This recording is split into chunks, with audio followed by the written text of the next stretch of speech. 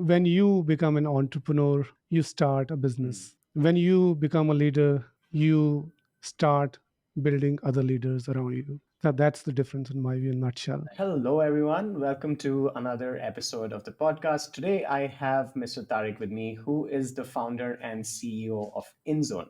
Hi, Tariq. Thank you so much for coming on the show. Thank you, Rishabh, for having me. Thank you so much. Great. So, Tariq, we'll just start with a quick introduction about you so that the audience knows exactly who we are speaking to. And I have personally been looking at your LinkedIn posts as well as your YouTube videos. They're very inspirational to me as an entrepreneur. And I'm sure that, the same value can be brought to the audience as well. So let's start with your introduction first. Sure. I mean, by trade, I'm a lawyer. I qualified as a barrister in the UK in the year 2003. And then I was practicing law until 2014. I still continue to practice law. Of course, we have a separate law firm too, but I turned into an entrepreneur around 2014. That's where we set up our law firm. And since then, we've been running various businesses, starting from the law firm. And then we set up InZone as a corporate services provider. And that's where we help our clients set up businesses and manage their businesses and provide various other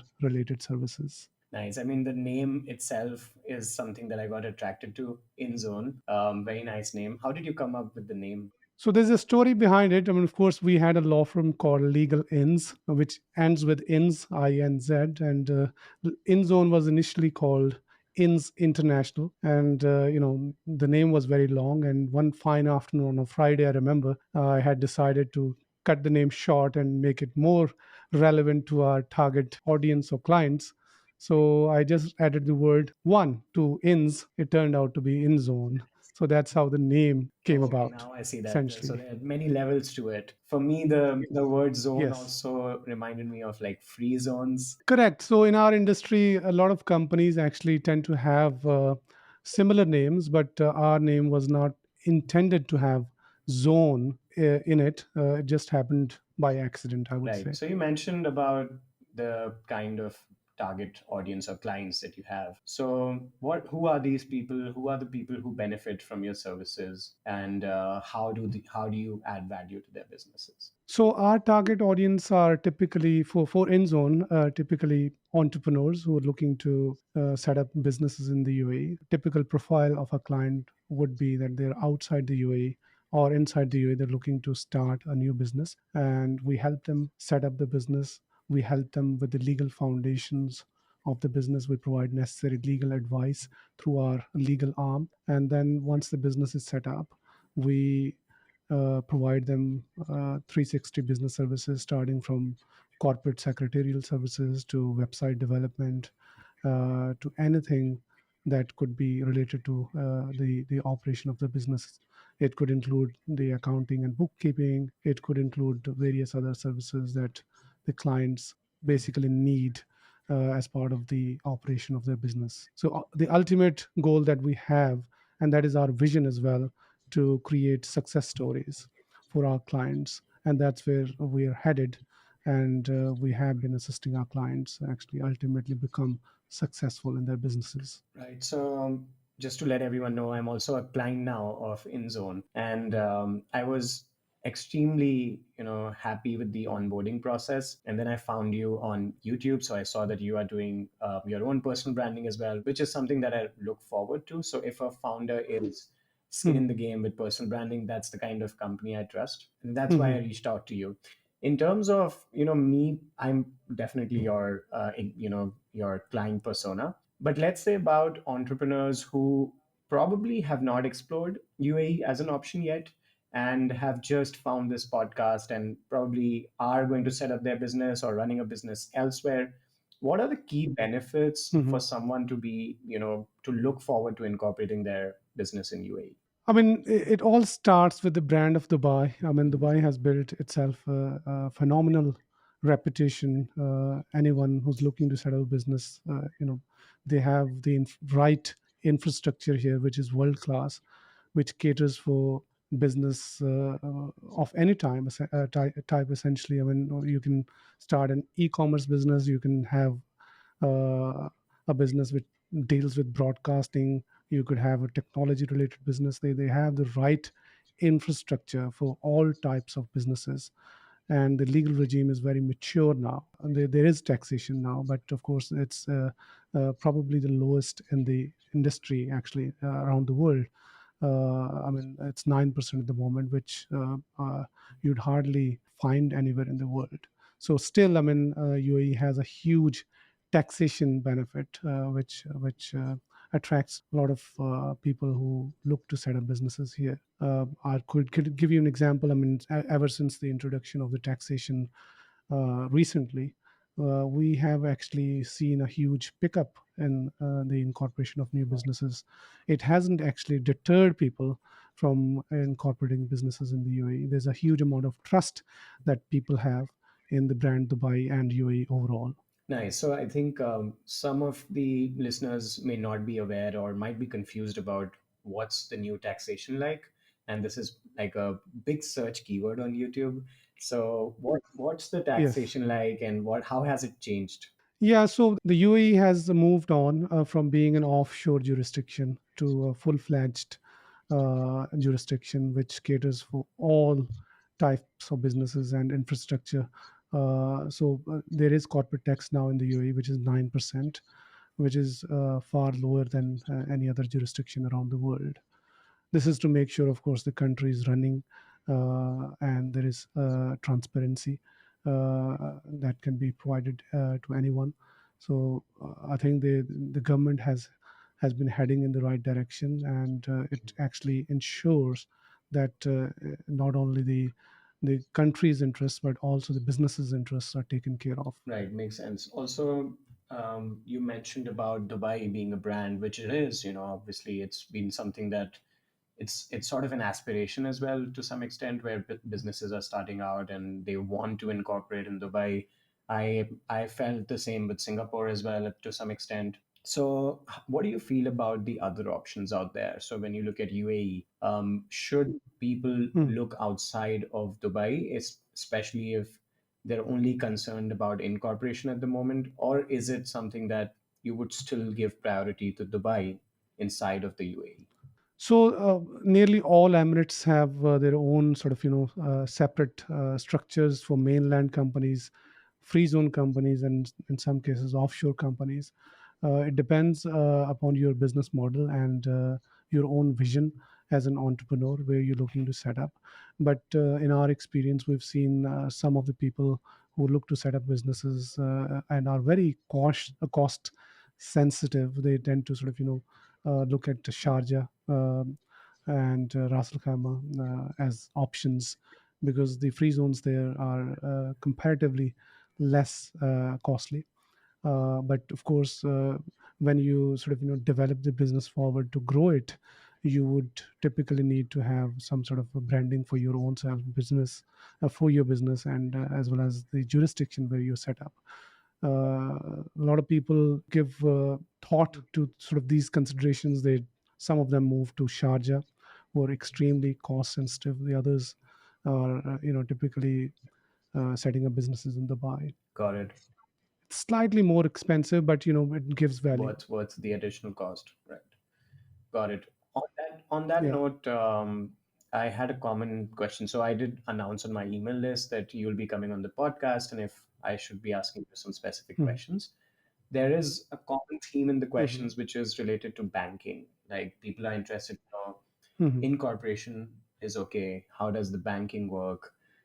Is it from simple things like do we need to fly in there every now and then, or is it hard to set up a bank account? Do people get rejected? What's the banking scene like? I think there's a lot of confusion around it. Yeah.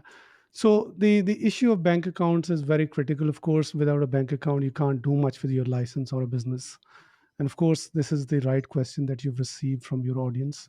Banking is, in our view, very easy.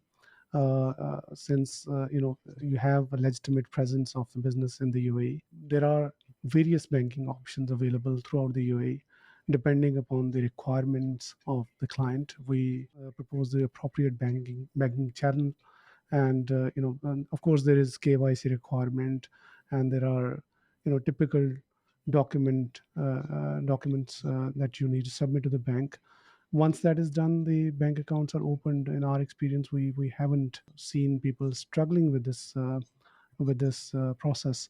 Although, I mean, that said, I mean, a lot of people engage us for this service. We have a specialist banking team who takes care of the entire process for our clients to make sure that we provide the end-to-end experience, starting from the license issuance to the bank account opening.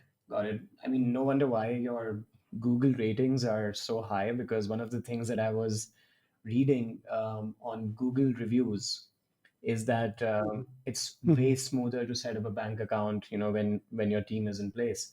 And how do you ensure that differentiation, or in terms of that, the smoothness of that process? Like, what is the differentiator by which you're able to process these bank accounts and help people out so easily? I mean, I'm not asking for your business secrets, but in general, how do you do it? Sure. So ultimately, it boils down to understanding the requirements or the business needs of a client and advising them on the right business activity. So if you've got your legal basis right, and that's where we have the expertise, opening a bank account becomes kind of a piece of cake. It's very easy. We just need to follow the process, and we have the right banking relationships with the right people in the right banks. So because of our connections, we sort of tend to get these accounts opened quicker than average person would be able to. Got it. Great. Yeah. So, one other question which I find particularly interesting is people who are looking to relocate, and entrepreneurs who have a Mm. family, they want to relocate there. So, they're asking about, of course, visa options, but also about how is life in general in Dubai. Yeah. So Dubai and the UAE overall provides the best lifestyle that you can expect anywhere. Uh, I've been to various parts of the world with my family, myself alone when I was much younger. Uh, I don't think you can compare any other country with Dubai. It's just an amazing place. Once you're here, you see the beauty of life. You see the facilities available. You see the support that you get, uh, starting from domestic support at home and anywhere you go to. You can have any lifestyle that you want here. It's in my personal view, it's the best place in the world to live. Right. So, lots of options, no matter what lifestyle you prefer. I've also heard from my friends that you can Absolutely. find any cuisine that you want to.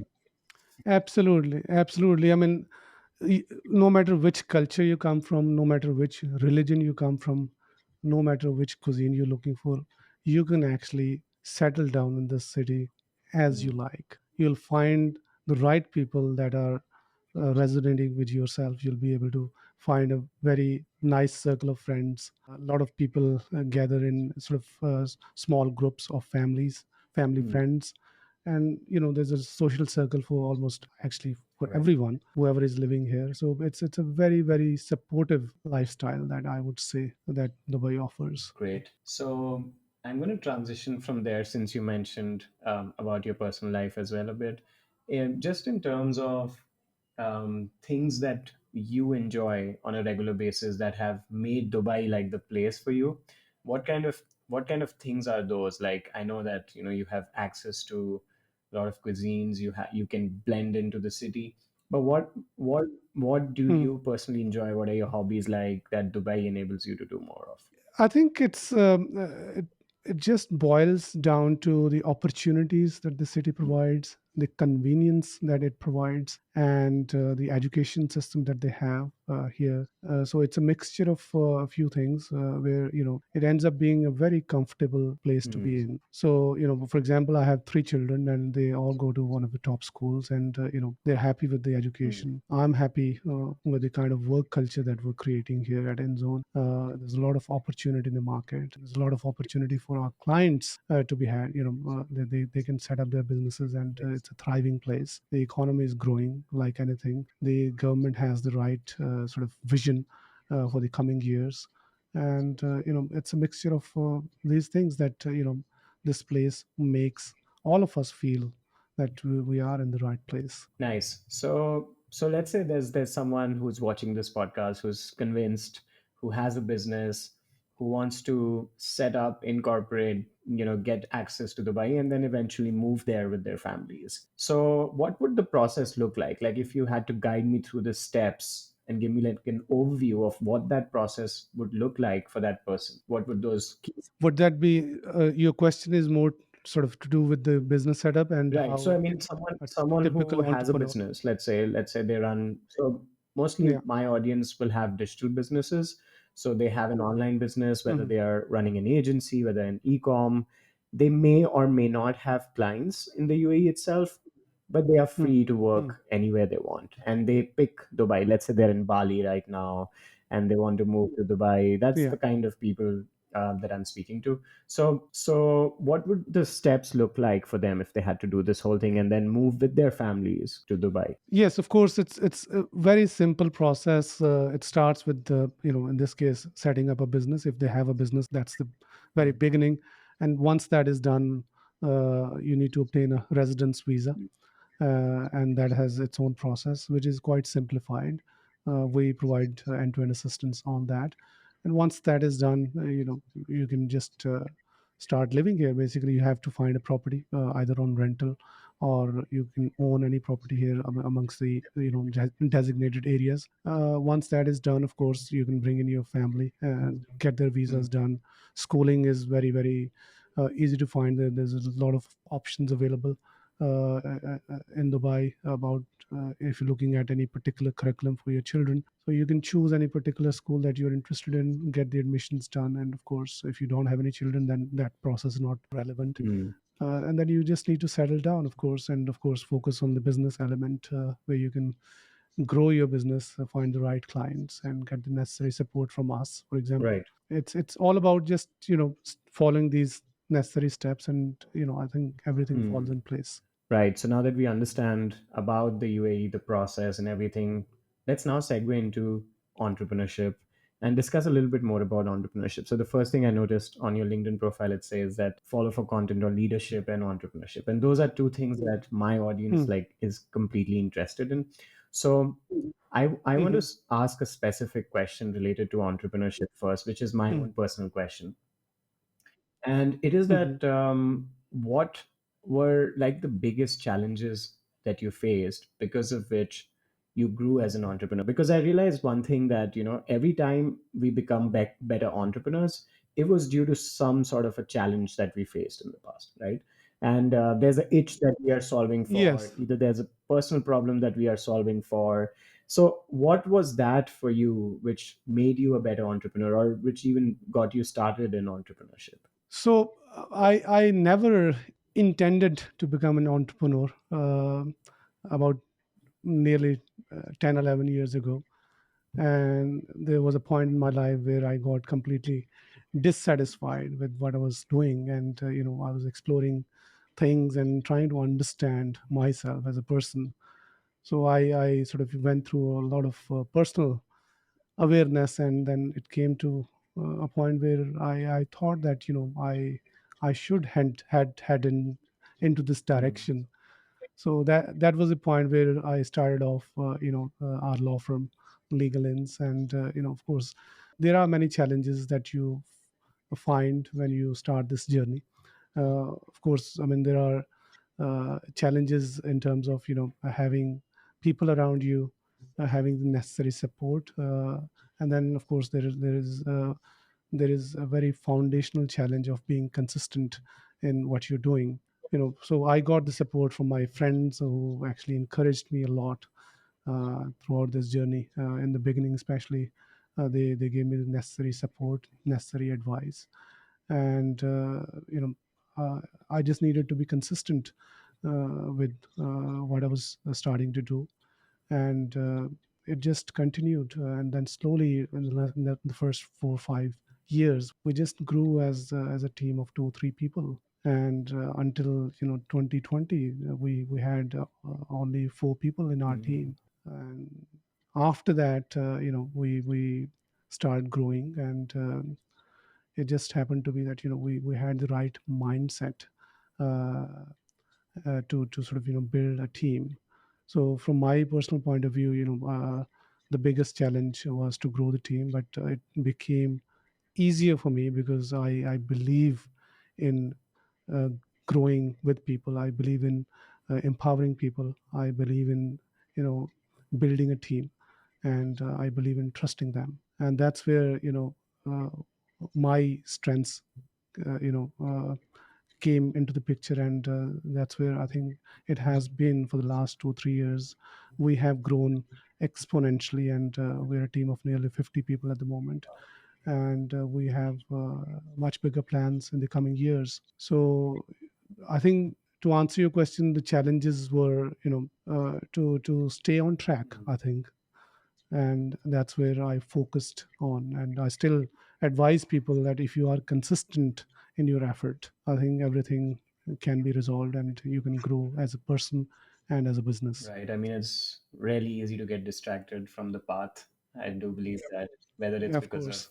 shiny object syndrome or something else happens in life. But I like the way that you explained about, which obviously gets me to the next point about leadership as to how you grew this team. But before we get into that, what's the difference Hmm. between just being an entrepreneur, but also being a good leader? Like, what's the difference between an entrepreneur and a leader? Because there's a lot of solopreneurs who I know who are, freelancers. They have Yeah, this new concept of one person business where you yeah. don't need to manage anyone. But at the same time, there's leadership, which requires a different set of skills and, like you said, a mindset.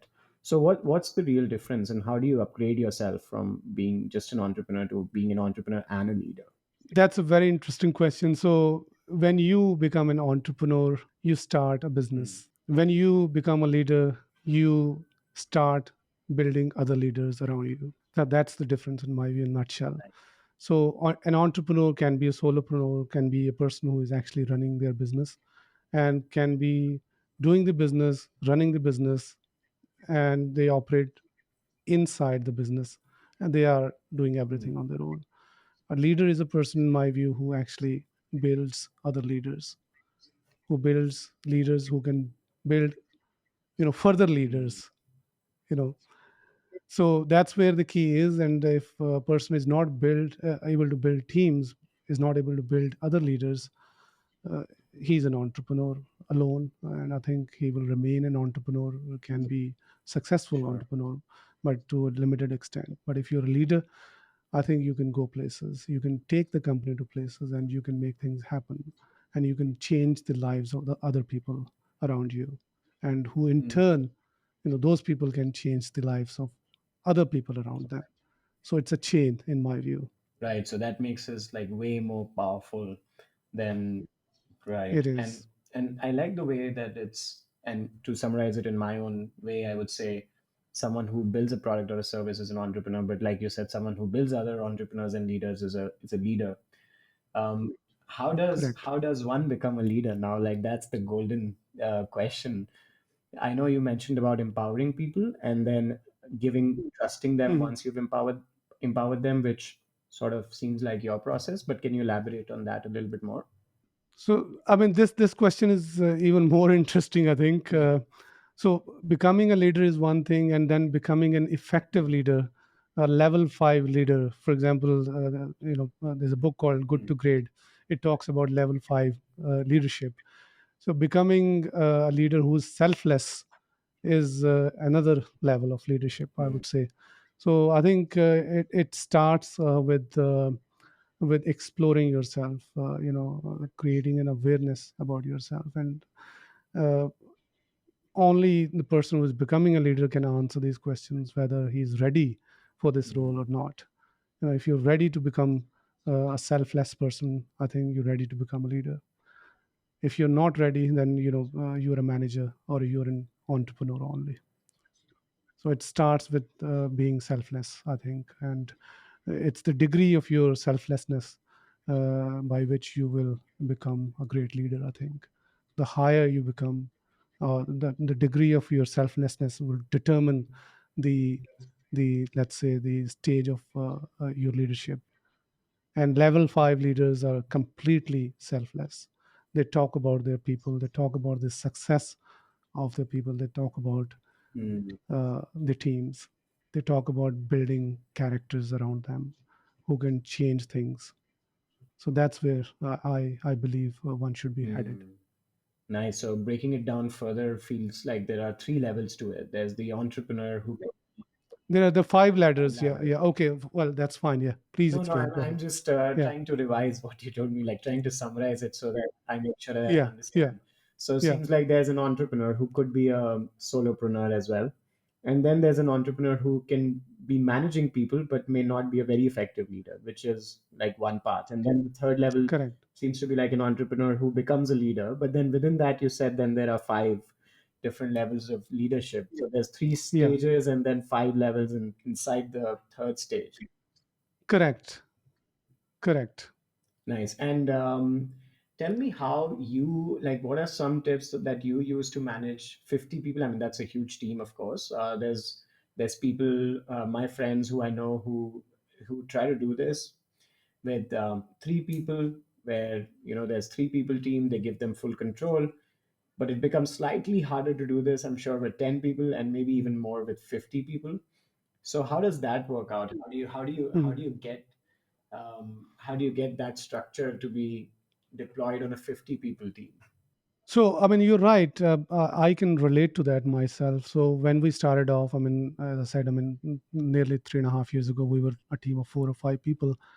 There are different challenges at every stage. When you're a team of 10 people, the challenges will become bigger or different, let's say. When you're a team of 20 people, the nature of those challenges would change. And when you're 30, you'd see the difference there. So at every stage you'll see challenges, and the skill here is that you need to understand those challenges and address them. How you address them is is something that you need to think about. And in my experience, the way we addressed those challenges was just to simply delegate the powers, empower people, as I've mentioned, and you've seen that in the previous videos that we sort of strongly believe in. So people empowerment is the key in my view, and then you have to have the right systems in place. If you don't have the right systems in place, you'll be firefighting things every other day, if not every day. So I think it's uh, and the development of the soft skills with that, the leadership skills in the people that you are empowering, and they need to have that sense of realization that they are empowered and they are also leaders, and that's what we normally emphasize here at Endzone. Whoever is in leadership position, they understand they are in that Hmm. position, and they take necessary steps, and they are focusing on their self education too at the same time. Right. Right. So it's like when you're So expanding the team, you're basically able to do that because you're building other leaders within the team. And then that's correct, how you're able to maintain correct, that sort of culture with 50 people, what I could do probably with just five people, correct, because you've built another leader inside of the team who has, and then the chain spreads out. correct. Absolutely, this chain would continue, and using this model, you can build a team of 500 or 5,000 people. It only depends how strong you are as the ultimate leader, and how strong the leaders are that you are creating under yourself, for example. And they need to create that chain going forward. Right. Makes a lot of sense. Yeah. So there are a couple of points that I want to touch upon. I hope you do have another 10 minutes, if Hmm. that's okay. Yeah, Great, yeah, great, great. absolutely, So a absolutely. couple of points that I wanted to touch on. One was I have heard from people who say they look for 80% hard skills and then train for soft skills when they hire people, specifically about hiring. Then I've seen the other Hmm. side where people are saying Hmm. we hire for soft skills and then train for hard skills. I mean, of course, it depends on what position you're hiring for. But what is your Hmm. perspective on this? Because you mentioned that training people with soft skills is of course important. But when you're Hmm. hiring someone, what are you looking at more? I mean, apart from the technical skills that are related to that job, what level of soft skills do you want them to Hmm. be on? Okay, so that's a good question, and we often discuss this question here at InZone. The answer is very simple. We look for people who share our values. Hmm. We look for people who share our culture, who can actually become a great fit for the team. And then, of course, you need to have the hard skills. Of course, we can't hire a person who is not up for it. You need to have a fine balance. You need to have a person who is actually ready to train himself or Mm, herself. So if the fundamentals are there, and if we see that the person is the right fit and can go a long way, and has or shares our values, then I think that's the point that we make hiring decision in favor of the mm, person. If the person is not ready to join us, of course, they're not sharing the values. Of course, those are the profiles that we would don't normally take forward. right. Sounds very similar to finding a life partner, though. It's like a it's like a It is. It is. It is. I mean, if you visit us in our office, you'll see the kind of culture that we build. It's completely transparent. It's full of fun. We work hard and we play hard. It's simple as that. So, in order to give that liberty to the team, you need to have that confidence that you've hired the right people. You've hired the people who share your values. Hmm, absolutely. I mean, would love to visit your office for sure whenever I'm in Dubai, probably next year Absolutely. sometime. Yes, Inshallah, very absolutely. soon.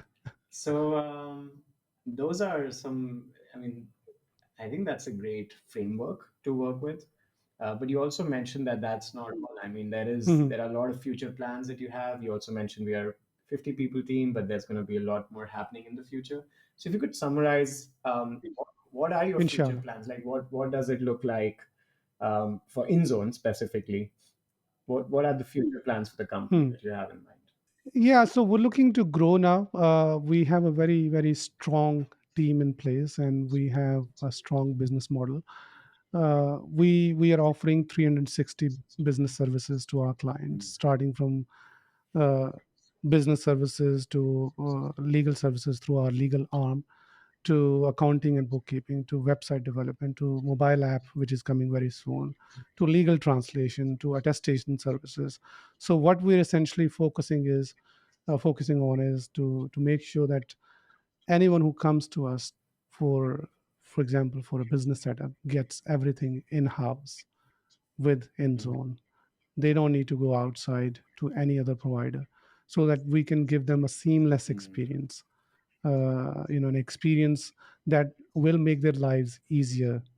So if you're setting up a business or running a business, getting these services or getting this kind of support should not bother you. And that's where we come in, and that's where our vision is. Ultimately, we're creating success stories, which is the vision that we are mm. having, and we were transforming ideas into reality. So, whatever comes in our way, whatever makes that happen for our clients and for our own people, we will be headed in that Right. direction. I like how you have everything aligned to your vision, because this is often a point of confusion for entrepreneurs where they're like, I would like to provide this service or I would like to build this product. So it's more about the love for the solution instead of the problem, Hmm. right? Like that's the dilemma that they enter Correct. into. But then you try to map everything back to your vision, which is something, it's even the way that you speak, you try to map it back to your vision. It's not just in theory, but also in practice.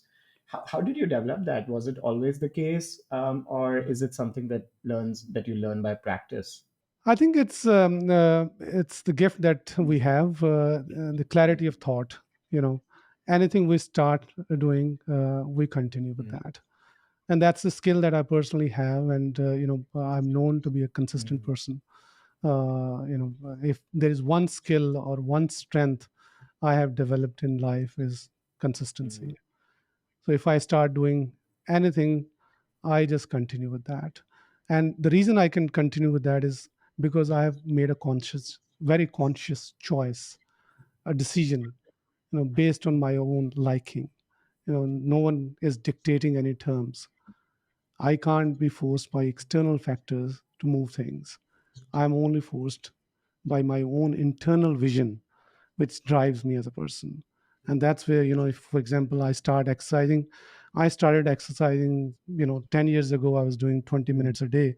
I continued with that. And then there was a point when I started hitting gym, for example. I'm still doing it 5 days a week. I did it for a period of 2 years, between 2020 to 2022, without even a single rest mm. day, for example. Yeah, that's Of course, you have 2 days a week right. which you can take as rest Yeah. days, but 5 days I was doing without fail. So that's the level of consistency that we believe in as an organization, as a bunch of people, Mm. and that's what is being reflected in our work too. Right, that's a great one because it took me a few years to actually, start focusing on Hmm. my agency and academy really well because I always used to have some side hustle ideas, and then I would go into that, then I would jump Yeah. back into the agency, then I would go somewhere else. But yeah, I mean, of course, the past few years have been very, very consistent because what you mentioned makes a lot of sense, and that sort of vision and then being consistent on it is what really multiplies the result because Yeah. results come as a volume of execution which happens over time, right? Of course. But yeah, I love the Of fact course. about you look extremely fit for someone who runs these businesses with 50 people and so forth. And I also read on your LinkedIn profile, which I had a list in my questions, is your love for healthy Hmm. eating. Hmm. So Yeah. healthy eating, fitness, how do you manage all of that with your business? Not in terms of time, but also just in terms of the willpower to actually, after a long day of work, or before. I don't know how you manage it, Yeah. but what's your fitness routine look like? Well, I mean, the bottom line here is that I explore myself as an individual first before I start any effort in my Mhm. life. So, I mean, if I start eating healthy, that's your question. Uh, I think at the moment, I would explore understanding food. For example, I eat fish every day at lunch, and I'm known in the office when I go to the microwave and heat the fish. It smells, of Right. course, and everyone starts talking about the fish at 1 p.m. every day. But there's a certain element of consistency with that, and it doesn't come easy. I know my food. I have explored my food, and I know myself as a person, and I'm only eating what I love eating. Mhm. No one is forcing me to eat fish. I am eating it because I have explored my food options. I have explored the options which I really love. And that's where, the consistency becomes very easy. I just stick to it. I don't have to spend time every day trying to, find the food that I like. I've done that exercise in my life, and I'm just continuing. Same goes with the gym. For Mhm. example, I wake up at 4:25 every morning. I do my prayer, I do my reading, and I spend 90 minutes in the gym, which I have got it at home, so I don't need to travel anywhere, so it becomes Mhm. easier for me. I save my time on the road, so that helps me in developing the right habits. So I'm a firm believer in understanding myself, and developing the habits that I can sustain for a long, long time, and that makes everything easy for me. I don't have to think Right. about things every day. My body simply drags me wherever it needs to drag me. I'm a creature of my Mhm. habits, and so is That's true. everyone. I mean, absolutely. I always say habits is like an automation tool for your willpower. Like you don't need to use Yes, your willpower if you build the habits, right? And absolutely. one thing that I mean, this is really interesting because I'm a pescatarian, so we have that in common. Hmm. I eat salmon on Mondays, Wednesdays, and Fridays, and shrimp on Tuesdays and Thursdays, just to change a little bit. Yeah, Um, but yeah. yeah, not as consistent as you of eating fish every day. But typically, I would have some sort of seafood, and I go to the gym 3 times a week. But yeah, you're right. I think once you have the Fantastic. habits, it just becomes an automated version of Absolutely, it becomes automatic. You have said right. it right. So You don't waste time thinking about correct, these correct. You things. don't want to, especially when you're running the business and everything, right? Correct, correct, correct. Awesome. So there's one thing which I really liked is the format that you're doing your YouTube videos. It feels like Hmm. storytelling.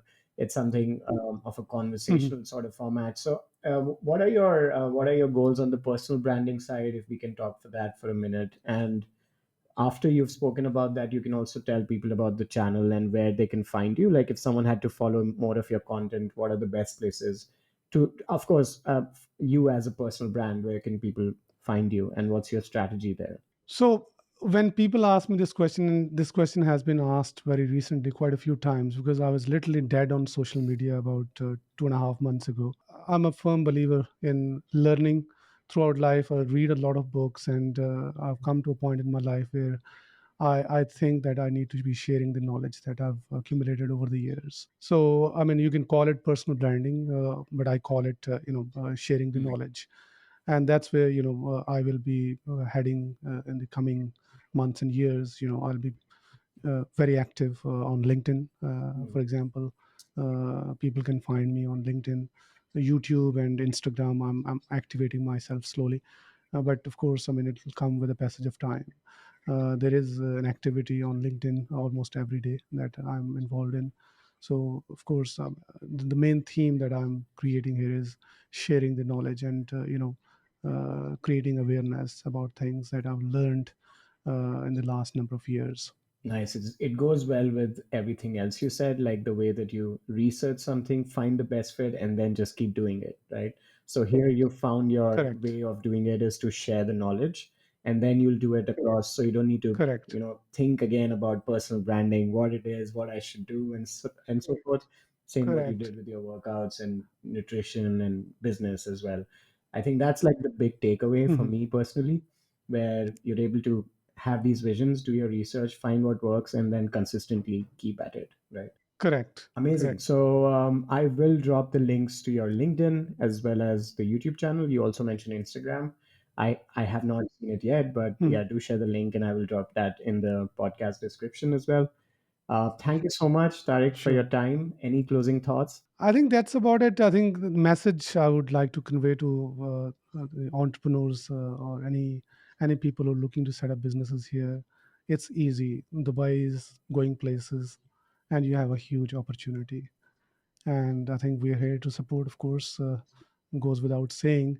Take advantage of the opportunity, and build yourself as an individual, build yourself as a business, and build leaders around you who can actually build further leaders for you and for them and for the organizations that you're working for. So that's the message I think I would leave Love it. for this Love it. podcast. So, InZone, guys, if you need any help with UAE, I'm just a customer. This is not a sponsored podcast, but I've been very happy with the way that things are, the process is, as well as the way that I was onboarded as a customer. The team is amazing, very friendly, very easy to work with. And I'm quite sure that, Thank you. I'm really, really yeah, proud to yeah. hear that. So, I mean, from all that you said, I knew that, this is what you would appreciate when people are talking about the team because you have that emphasis on the team, which I really like. I Awesome. appreciate it. Thanks again, Tariq, for being on the show and hope to keep in touch. Thank you so much, Rishabh. Have a wonderful You day. too. Thank you. Bye. Bye bye. Bye.